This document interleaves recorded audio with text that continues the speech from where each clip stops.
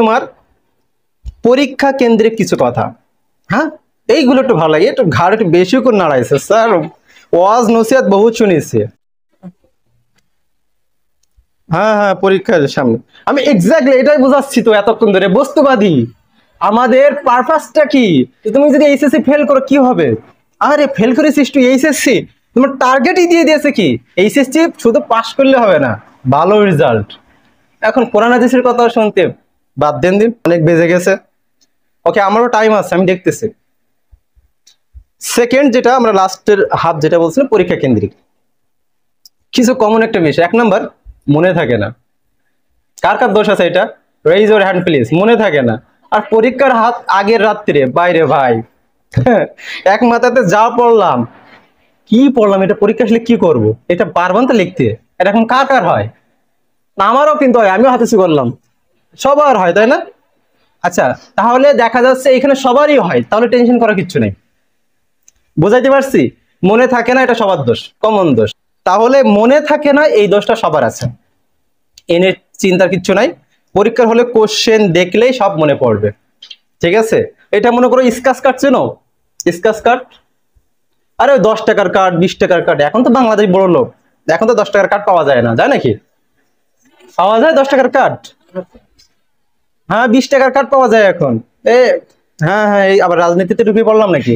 সেটা হচ্ছে কার্ডটা দেখবে নাম্বারটা গোপন থাকে না, আইনে কি করো, তারপর কি বাইর হয়? গোপন নাম্বার। তোমাদের মাথার মধ্যে সব ব্লক হয়ে গেছে, আবদ্ধ আছে। কোশ্চেন দেখবা, এরকম ঘষবা, বাইর হবে সব গোপন নাম্বার, আস্তে আস্তে বাইর হবে। এবার ডায়াল করতে হবে ঠিকঠাক মতন, উল্টা পাল্টা ডায়াল করো না যেন আবার, ঠিক আছে? 5 নাম্বারের জায়গায় 6 নাম্বার লিখে কোশ্চেন অ্যান্সার করে বসে আসো। ওকে। 2 নাম্বার, রিভিশন দিতে হবে, প্রচুর পরিমাণে কি দিতে হবে? এ কমন, আমি পারি। এনভায়রনমেন্ট পলিউশন কতবার পড়লাম, লিখে দেবানে একবারে। শেখ মুজিবুর রহমান, বঙ্গবন্ধু শেখ মুজিবুর রহমান সম্পর্কে লিখতে হবে, কত জানি, খুব লিখে দেবো একবারে। পরীক্ষার হলে 3 লাইন লেখার পর আরেকবার যদি পড়ে আসতে পারতাম রে, তাহলে আরেকটা লাইন লিখতে পারতাম। কারণটা কি? রিভিশন। তাহলে ফার্স্ট 1 নাম্বার কি? মনে থাকে না, ওটা সবার মনে পড়বে, ঠিক আছে? 2 নাম্বার হচ্ছে রিভিশন, বারবার রিভিশন, ঠিক আছে? আচ্ছা, 3rd নাম্বার হচ্ছে তাড়াহুড়ো করে না পড়া। আমাদের একটা দোষ আছে না, 1 ঘন্টার মধ্যেই আমার শেষ করতে হবে, তা নাহলে আমি শেষ করতে পারবো না। হ্যাঁ, এই যে বই, এটা চ্যাপ্টারটা ধরেছি, এই যদি 1 ঘন্টার মধ্যে 2 ঘন্টার মধ্যে শেষ না করতে পারি, ওরে আল্লাহ রে, পরীক্ষা শুরু হয়ে গেল, এমনটা অবস্থা। কারণ কি? আচ্ছা, তাড়াহুড়ো করে তুমি যে পড়লা, বিশ্বাস করো তাড়াহুড়ো করে পড়লে মনে থাকে না, খুবই কমন বিষয়, এটা খুবই কমন। এই যে এত কথা শুনতেছো, আর কি আড্ডা মেরেও যা শোনো না কেন, মনে করো রুম থেকে বাইরে যাবা, অর্ধেক শেষ। অর্ধেক কি?